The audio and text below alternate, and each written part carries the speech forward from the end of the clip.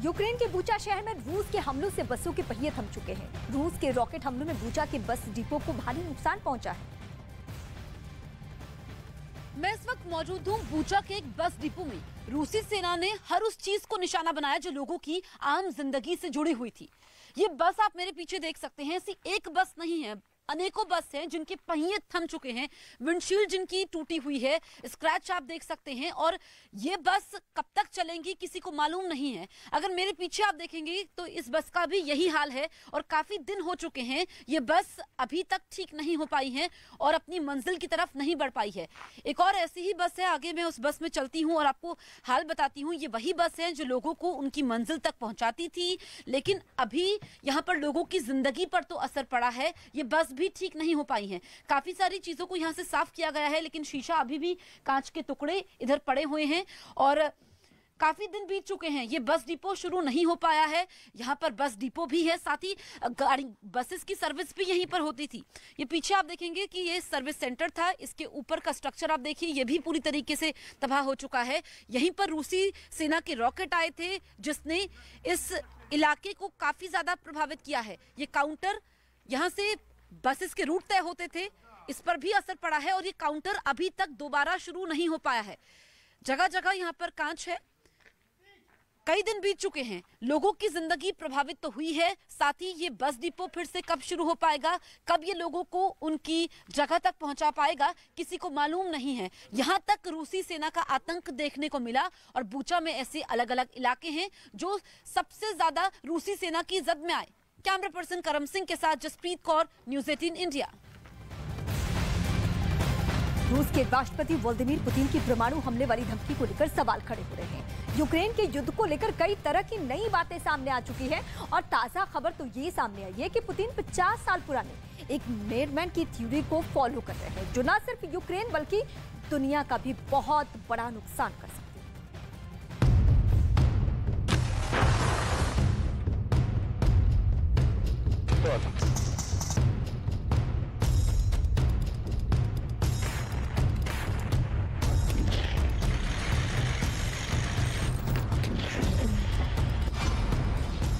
डर वो सबसे बड़ा हथियार है जिसका इस्तेमाल युद्ध में सबसे ज्यादा होता है।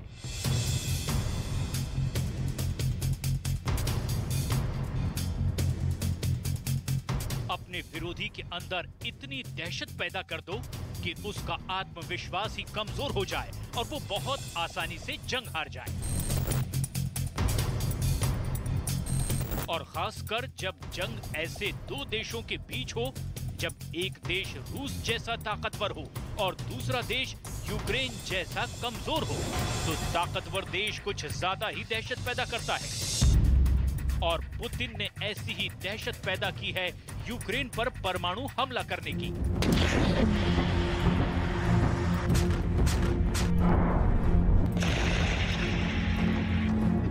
पुतिन ने डर और दहशत पैदा करने की जिस स्ट्रेटजी को अपनाया है उसे कहते हैं मैडमैन। डर पैदा करने की मैडमैन थ्योरी, यानी एक पागल आदमी अपना लक्ष्य प्राप्त करने के लिए पागलपन के किसी भी हद तक जा सकता है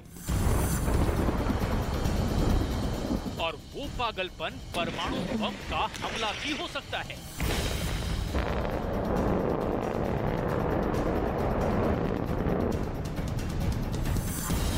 लेकिन सबसे पहले ये थ्योरी तब चर्चा में आई थी जब अमेरिका ने अपने से कई गुना छोटे और कमजोर देश वियतनाम पर हमला किया था।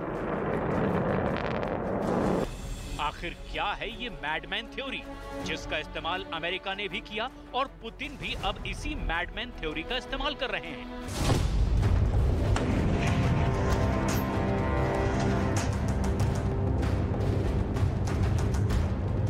हमारे पास यूक्रेन से एक ऐसा वीडियो आया है जो किसी भारी भरकम बजट वाली फिल्म का लगता है, लेकिन ये कोई फिल्म नहीं, हकीकत है।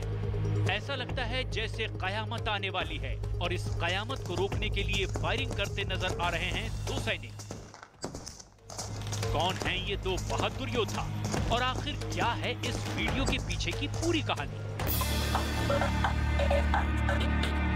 मारियुपोल से तो ऐसी तस्वीरें सामने आ रही हैं कि लोगों की रूहें कांप रही हैं। मलबा हट रहा है और लाशें निकल रही हैं।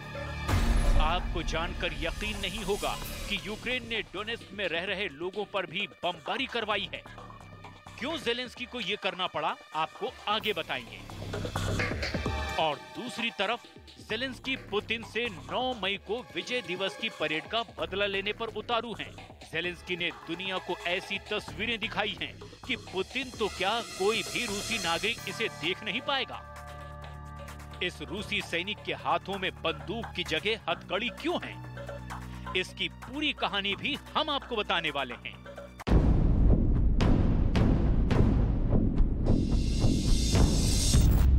लेकिन सबसे पहले हम बात करेंगे मैडमैन थ्योरी की।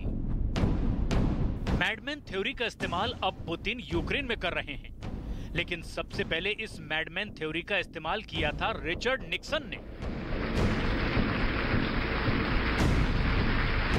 This is the same water that Richard Nixon, by my own fast count this morning, has done at least 150 times. देखिए, ये था रिचर्ड निक्सन का जलवा। अमेरिका ही नहीं, दुनिया में भी तब निक्सन की ही तूती बोलती थी, और निक्सन ने प्लान बनाया था वियतनाम को मैडमैन थ्योरी के जरिए हराने का। ये तस्वीरें वियतनाम युद्ध की हैं। अमेरिका ने वियतनाम पर नैपाम बम बरसाए थे। ये उस वक्त दुनिया का सबसे खतरनाक और जहरीला बम था, जिसमें फास्फोरस केमिकल मौजूद था। इस बम से हजारों लोग मारे गए। जो जिंदा रहे उनकी चमड़ी तक जल गई।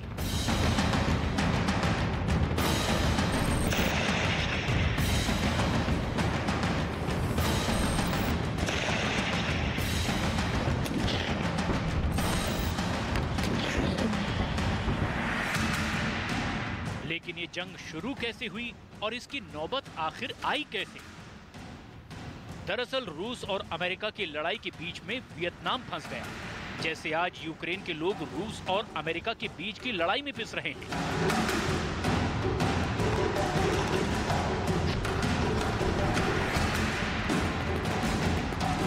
साल 1965 में अमेरिका ने अपने 2 लाख सैनिक वियतनाम के घने जंगलों में उतार दिए। हो ची मिन्ह की लीडरशिप में वियतनाम के लोगों ने अमेरिका को ऐसी चुनौती दी कि अमेरिका को नाकों चने चबाने पड़े। अमेरिका के 58,000 सैनिक वियतनाम में हो ची मिन्ह की सेना ने मार डाले। जब रिचर्ड निक्सन को लगा कि अब वो जंग को जीत नहीं सकते, तो उन्होंने नया दांव खेला, madman theory. President Richard Nixon के राष्ट्रीय सुरक्षा सलाहकार हेनरी किसिंजर ने ये कहना शुरू कर दिया कि अमेरिका ने जिस तरह जापान के हिरोशिमा और नागासाकी पर हमला किया,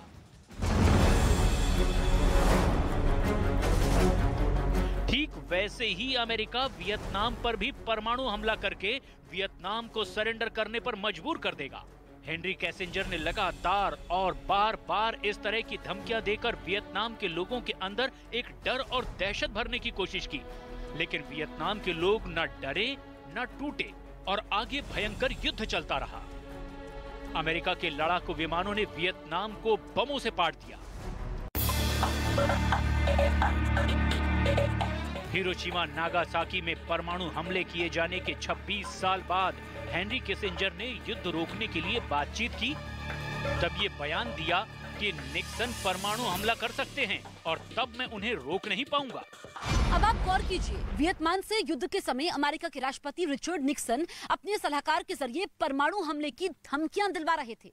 अब रूस के राष्ट्रपति पुतिन कभी अपने सलाहकारों के जरिए, कभी स्टेट टीवी के जरिए, कभी अपने प्रवक्ताओं और मंत्रियों के जरिए परमाणु हमले की धमकियां दिलवा रहे हैं। यह है मैडमैन थ्योरी। लेकिन इस थ्योरी का भी ज़ेलेंस्की पर कोई असर नहीं पड़ रहा है और वो पुतिन से डटकर जंग लड़ रहे हैं।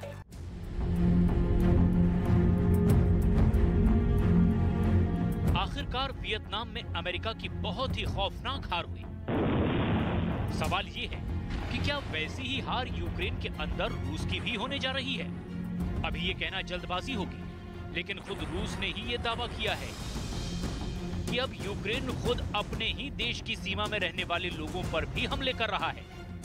दरअसल ये वो लोग हैं जो रूस के समर्थक हैं। दरअसल डोनेस्क को रूस ने एक अलग देश घोषित कर दिया है। डोनेस्क पीपुल्स रिपब्लिक के लोगों पर ही यूक्रेन के बम बरस रहे हैं।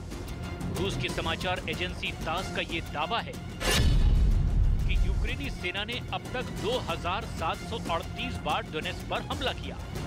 डोनेस्क पर यूक्रेन ने कुल 27,000 बार गोले दागे, जिसमें 113 नागरिकों की मौत हो गई। 17 फरवरी से लगातार जारी गोलाबारी में डोनेस्क के 500 से ज्यादा लोग घायल हुए हैं। यूक्रेन के हमलों में डोनेस्क के अंदर 43 अस्पताल तबाह हुए हैं। इसके अलावा 118 स्कूलों को नुकसान पहुंचा है। डोनेस्क में यूक्रेन की बमबारी में 3,371 अपार्टमेंट और इमारतें तबाह हो गई हैं। इतना ही नहीं, पुतिन को नीचा दिखाने के लिए ज़ेलेंस्की की तरफ से एक और ऐलान करवाया गया है। ऐलान यह है कि 9 मई को रूस के विजय दिवस के जवाब में उन रूसी टैंकों की परेड निकाली जाएगी जिन पर यूक्रेन की सेना ने कब्जा कर लिया है। ज़ेलेंस्की ये सब इसीलिए करना चाहते हैं ताकि पुतिन की आर्मी शर्मिंदा हो। ज़ेलेंस्की की फौज ने अपने स्टिंगर और जेवलिन मिसाइलों से सैकड़ों रूसी टैंक बर्बाद भी किए हैं और बड़ी संख्या में रूसी टैंकों पर कब्जा भी किया है।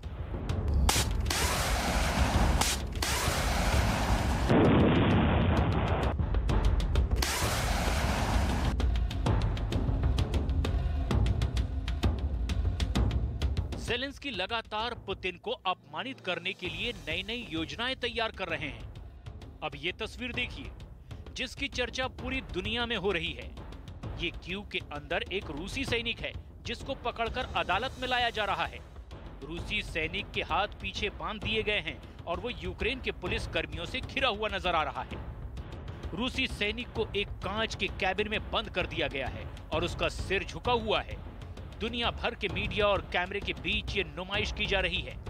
इस रूसी सैनिक का नाम है वादिम शिशिमारिन। वादिम की उम्र 21 साल है और आरोप है कि उसने 62 साल के एक बूढ़े यूक्रेनी नागरिक को गोली चलाकर मार दिया था। ये तस्वीरें बता रही है कि किसी सैनिक का कैद में हो जाना बेहद दर्दनाक होता है।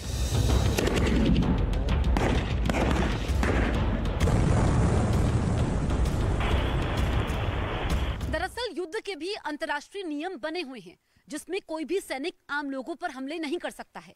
लेकिन इस जंग में मानवाधिकारों के उल्लंघन की खबरें लगातार सामने आ रही है, जिसमें अब यूक्रेन की अदालतों में मुकदमे चलने भी शुरू हो चुके हैं।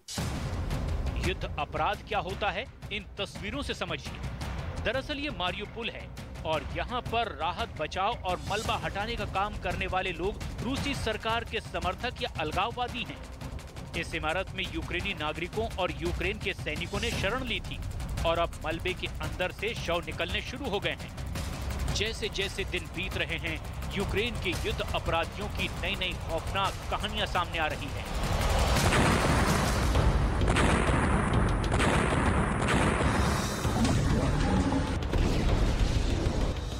इसी मारियुपोल के स्टील प्लांट में इस वक्त भी युद्ध होने के दावे किए जा रहे हैं। मारियुपोल के स्टील प्लांट में छुपी हुई ज़ेलेंस्की की अज़ोव बटालियन ने ये वीडियो जारी किया है।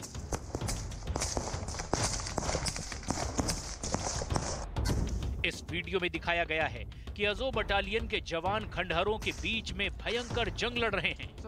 ये वीडियो कब का है ये कहना मुश्किल है, लेकिन वीडियो में जो नजर आ रहा है वो बेहद खौफनाक युद्ध की कहानी है। ज़ेलेंस्की अब भी अपने इन बहादुर सैनिकों के लिए दुआएं कर रहे हैं।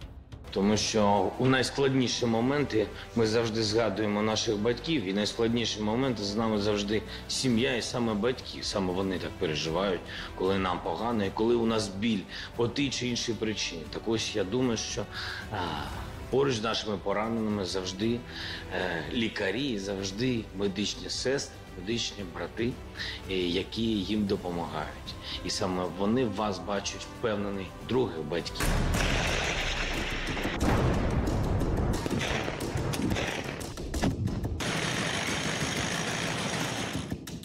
ज़ेलेंस्की जितना पुतिन का गुस्सा भड़काएंगे, इसका कहर यूक्रेन के लोगों को उतना ही और ज्यादा झेलना पड़ेगा।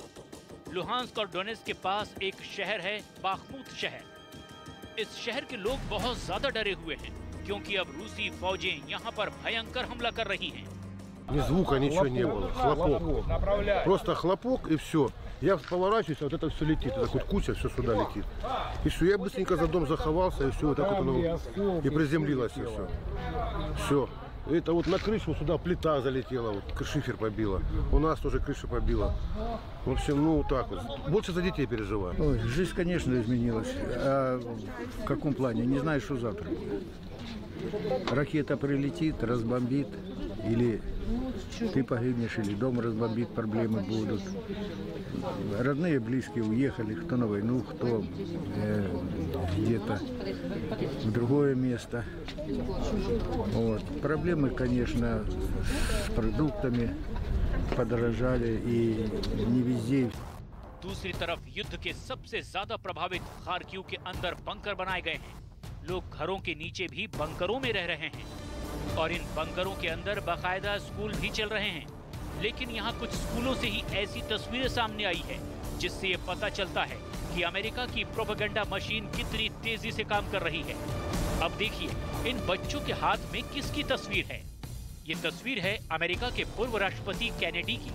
यानी यूक्रेन की सरकार बच्चों को इतिहास के माध्यम से भी अमेरिका का ही एजेंडा आगे बढ़ा रही है। यूक्रेन के बच्चों को ये समझाया जा रहा है कि अमेरिका एक मददगार मुल्क है और रूस हमलावर। Я слышала пару взрывов. Когда люди начали бежать в метро, мы за ними побежали. Я знаю, конечно, что я хотела кошку в коробку запихнуть и принести ее сюда. Не получилось. Благодаря вот этим занятиям они стали интересоваться историей. А историю в школе они не очень любили. Помогает их даже морально поддерживать, потому что сейчас идет война, многие потеряли жилье, многие потеряли работу, у кого-то родители воюют. Вот, и это их очень, ну, скажем так, укрепляет. И опять-таки дети, они как дети. कुल मिलाकर इस जंग में हालात लगातार बद से बदतर होते जा रहे हैं और सबसे ज्यादा नुकसान उठाना पड़ रहा है यूक्रेन के बेगुनाह लोगों को।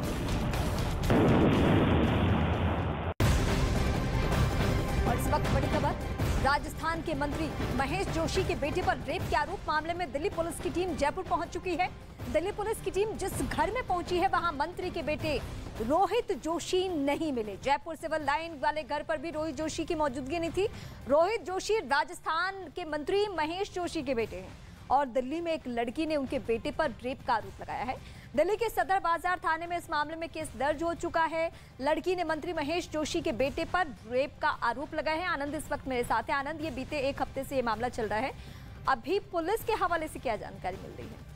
देखिए, दिल्ली पुलिस की एक बड़ी टीम करीबन 15 सदस्यों की आज सुबह ही जयपुर पहुंच गई है और एक एसीपी हैं जिनके नेतृत्व में गिरफ्तारी के लिए प्रयास किया जा रहा है, जो मंत्री है उनके बेटे रोहित जोशी के। लेकिन अभी रोहित जोशी अंडरग्राउंड है, ऐसा पुलिस सूत्रों का कहना है, क्योंकि ना वो अपने घर पर मिले हैं, ना उनका जो दूसरा आवास है उनके पिता का वहां पर वो मौजूद है। लेकिन पुलिस लगातार जयपुर में जो है वो जगह जगह दबिश दे रही है और पुलिस का कहना है कि अगर आज उन्हें गिरफ्तार कर लिया गया तो उन्हें सीधे दिल्ली लाया जाएगा और 24 घंटे के अंदर कोर्ट में पेश किया जाएगा।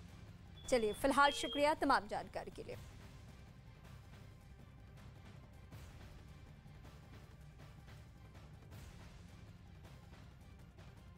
तो इस वक्त की बड़ी खबर हम आपको अपडेट कर रहे हैं, जहां दिल्ली पुलिस जयपुर पहुंच चुकी है। हालांकि बीते हफ्ते इस तरीके की भी खबर सामने आई थी कि रोहित जोशी जिनके ऊपर ये केसेस हैं, इस केस को शिफ्ट किया जा रहा है जयपुर और वहां की पुलिस इसे देखेगी। हालांकि अब आपस में दोनों पुलिस कोऑर्डिनेट कर रही है या नहीं, ये भी सवाल है।